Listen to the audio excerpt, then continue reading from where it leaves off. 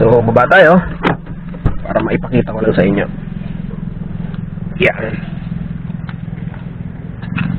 So, ito po mga kaibigan yung ating actual space dito. Yan. So, ito yung parking natin. Okay, so mga kaibigan, nandito na tayo ngayon, ano? Papasok lang tayo dyan sa parking slip. Yan. So, dito po tayo papasok mga kaibigan. Maghahanap po tayo dyan ng parking space, no? Sa loob na. Ang challenge dito mga kaibigan, dahil wala po tayong mga guhit na magiging guide. Kaya maganda po yung ating magiging tutorial ngayon. Dahil mismo sasakyan po ang ating magiging base. Okay. So, hanap tayo dyan ng pwede natin na maging spot sa parking. At reverse parking po, no, ang ating gagawin ngayon. Siguro dito na lang. Kasi marami sakit yan. Okay. So, ang gagawin nyo po dito mga kaibigan, pag reverse parking po pala, no, mas maganda ho kung ilalapit nyo po, ididikit nyo po yung sasakyan sa space na inyong pagpaparadaan. Okay, siguro doon. Yan, sa part na yan. So, pasok tayo dyan. Yan. Okay. So, ito po mga kaibigan, ano? Hanap tayo ng space dito. Okay, dito. Pwede siguro dyan, kaso makaharap yung mga kotse. So, ikot tayo. Hanap tayo ng maayos na spot.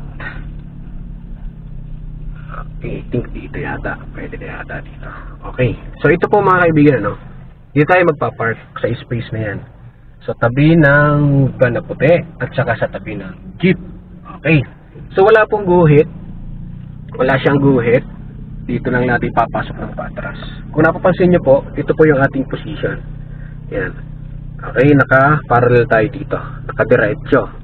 Kumbaga, ibablock natin tong parking na to. Harangan natin. Buo.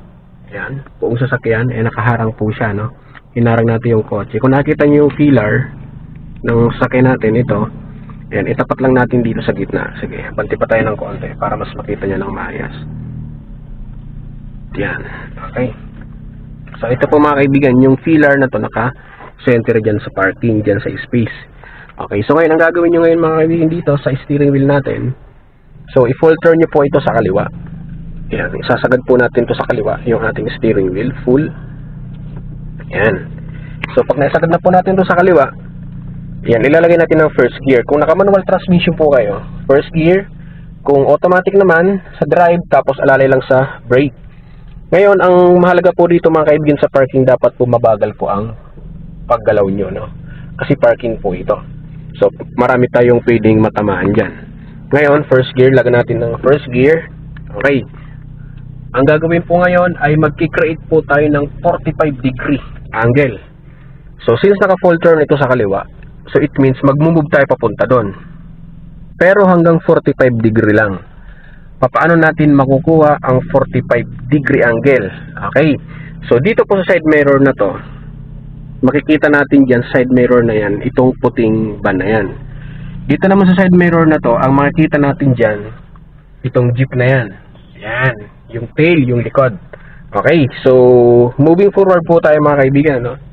Ayan. Moving forward po tayo. Ayan. So pag nakita na natin dito sa side mirror yung likod ng puting van, okay. Ayan. Kita ko na po sa side mirror yung likod ng puti at dito naman kita ko yung likod ng jeep. Ayan. Ngayon ang gagawin ko, straight ko to. 1, 2, itutuwid ko yung steering wheel, then ilalagay ko ng reverse ang ating gear. Yan, reverse. Okay, so nakadiretso na po yung ating steering wheel. Kung nakikita nyo po rito yung puwet ng van na puti. Yan, yan po ang ating reference at yung puwet ng jeep. Yan. So ito po yung 45 degree at mayroon po tayong camera dito. Yan. Ngayon, i-reverse po natin ng dahan-dahan. Ilalagay natin dyan sa bungad. Ilalapit natin yung tail natin yan sa likod ng van na puti. Kaya mahalaga po rito dahan-dahan ang pag-reverse. Okay, pag okay na po siya, no? Ayan. Lapit na po siya. Actually may technique po dito, no? Dito po sa maliit na salamin na yan, makikita natin yung likod ng puti ng van. Yan. Diyan sa maliit na salamin, sa divider na yan. So, yan po yung time para mag-stop tayo. Stop na po tayo sa pag-reverse at isasagad naman natin to sa kanan. Full turn sa kanan ng steering wheel. Kaya naka-full turn po sa kanan at tuloy-tuloy lang po ang ating paggalaw pa-reverse. Check po kayo ng side mirror dito kasi magkakaroon niya ng space. At dito naman sa kanan, magkakaroon din niya ng space. Makikita niyo po siya dyan. Pagka diretso na po yung sasakyan niyo sa parking space, makikita niyo yun sa kanan. At dito sa kaliwa, dahan-dahan lang po ang galaw. Katulad ng ginagawa ko yan, dahan-dahan ang paggalaw. Yan. Hanggat maaari, pwede pa kayong mag-head check para clear po sa inyo sa likod, no? Yan. Ngayon, ito po mga kaibigan sinasabi ko, no? Yan. Tuwid na po siya, no? Nakadiretso na po yung ating sasakyan sa parking space niyan. So, mag-stop po tayo dyan. Yan. I-stop po tayo dyan kasi tuwid na po sa parking space. Ngayon, ang gagawin natin dito sa ating steering wheel, idediretso natin 1 and 2. Ayan, idiretso po natin siya para yung front wheel po natin ay nakatuwid. So, mag-move po tayo ng pa-reverse ng dahan-dahan ulit para makapasok po tayo ng tuloy-tuloy.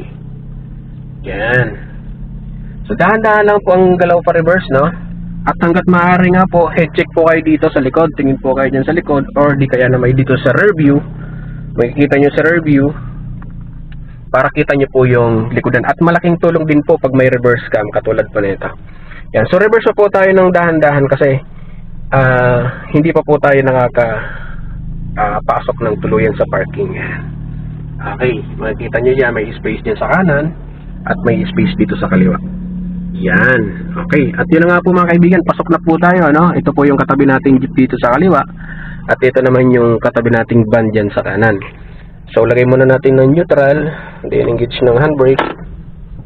Yan. So, ito po mga kaibigan ang reverse parking. Yan. So, sana po nakuha natin yung pattern, ano, yung mga reference at palatandaan sa pagpapark ng pa-reverse. Actually, madali lang po ang mga parking. Basta alam po natin kung paano natin nakukontrol sa mabagal na paggalaw ang sasakyan. Para hindi po tayo nakakatama or nakakasabit ng mga katabi nating kotse or sasakyan dito sa parking. Kung naka-manual transmission po kayo, first gear lang ang gamit at saka reverse, then clutch control, biting point lang po ang ginagawa dyan para nakokontrol nyo po ang inyong sasakyan sa mababagal na paggalaw. Kung automatic transmission naman po ang inyong sasakyan, so ilagay nyo lang sa drive and reverse, then alalay lang kayo sa brake, kusa na po siyang gagalaw na mabagal. So ito mga kaibigan, ano, check po natin sa labas kung pasok po talaga yung ating parking. Actually, dito pa lang sa loob, malalaman po natin kung pasok tayo. Ayan, may space po yung pag-itan ng gilid natin. At dito din sa kaliwa mayroon din. Ayan o. May space. So anyway, bababa pa rin tayo para maipakita ko sa inyo yung spacing natin dito sa gilid sa parking. Okay. So, baba tayo para maipakita ko lang sa inyo. Yan. So, ito po mga kaibigan yung ating actual space dito. Yan. So, ito yung parking natin.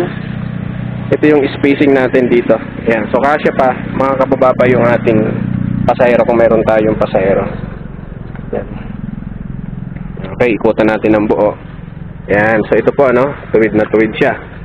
So, ganun po mga kaibigan ang pagpapark ng pa-reverse, no? So, again, ang video po na to ay para dun sa mga new drivers, sa mga beginners, sa mga nag-uumpisa pa lamang mag-aral mag-drive, at saka dun sa mga nahirapan mag-parking. So, yun lamang. Bye-bye!